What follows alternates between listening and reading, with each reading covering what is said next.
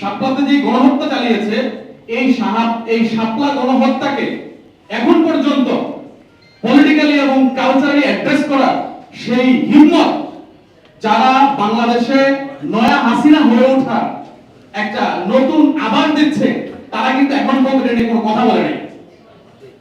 ফলে আমাদেরকে মনে রাখতে হবে আগামী দিনে আমরা আসলে কাদেরকে আনতে যাচ্ছি।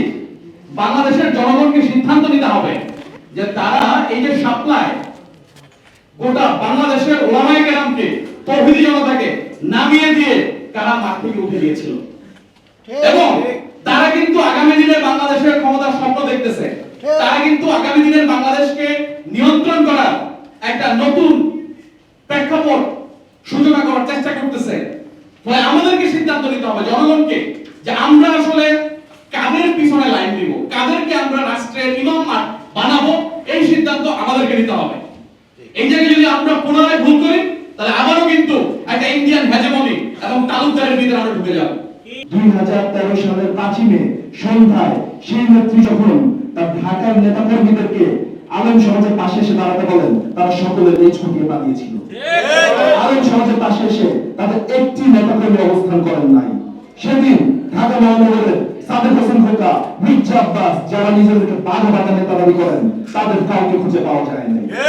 সেদিন সন্ধ্যায় যদি সাদেক হোসেন খোকা, মির্জা আব্বাসদেরকে খুঁজে পাওয়া যেত, তাহলে 2013 সালে 5 মে রাতটি হতে ভিন্নতর হতে পারত।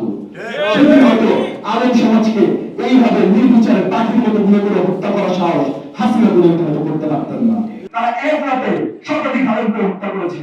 তারা মনে করেছিল প্রতি রাতে শতাধিক ছাত্র জনতাকে হত্যা করে জুলাই আগস্টে শেখ হাসিনা তার ক্ষমতা টিকিয়ে রাখবে। তাই আমাদেরকে এই ঐক্যমতে আসতে হবে।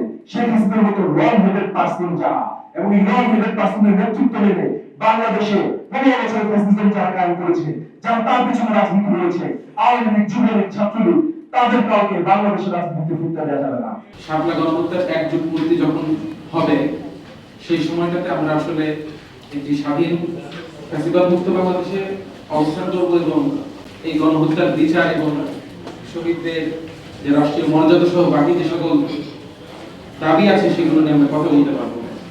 তো সেই জায়গা থেকে একটা আনন্দের অনুভূতি তো অবশ্যই আছে, কিন্তু একই সাথে একই সময় এত বড় একটা গণহত্যার পর এই গণহত্যার শিকার যে গোষ্ঠী, যে মানুষজন, তাদের প্রতি যে নির্মম অবহেলা এবং তাদেরকে মিডিয়ার মাধ্যমে রাষ্ট্রের সকল যন্ত্র ব্যবহার করে ন্যাশনালি এবং ইন্টারন্যাশনালি তাদের বিরুদ্ধে প্রোপাগান্ডা করে তাদেরকে সাবহিউম্যান বানায়, তাদেরকে ডিহিউম্যানাইজ করার মধ্য দিয়ে তাদের রক্তকে যে ফ্যাসিবাদ হালাল করেছিল, আমাদেরকে মনে রাখতে হবে যে এই শাপলার ঘটনার মধ্য দিয়েই কিন্তু ফ্যাসিবাদ পাকাপোক্ত হবে বাংলাদেশে প্রতিষ্ঠিত হবে। অধিকাংশ ক্ষেত্রেই গণঅভ্যুত্থানের পূর্বে কিংবা একটা বিপ্লবের পূর্বে সেই ভূখণ্ডের জমি উর্বর হয় আন্দোলনকারী এবং মুক্তিকামী জনতার রক্তের মধ্য দিয়ে। বাংলাদেশের মাটি 2008 পরবর্তী সময়ে বিভিন্ন সময়ে বাংলাদেশপন্থী মুক্তিকামী স্বাধীনতাকামী জনগণের রক্তের মধ্য দিয়ে উর্বর হয়েছে। আমরা দেখেছি বাংলাদেশপন্থী সেনাদের রক্তের মধ্য দিয়ে পিলখানা উর্বর হয়েছে। আমরা দেখেছি শাপলায় শান্তিকামী নিরীহ আলেম সমাজের জীবন রক্তের মধ্য দিয়ে এই বাংলাদেশের মাটি উর্বর হয়েছে।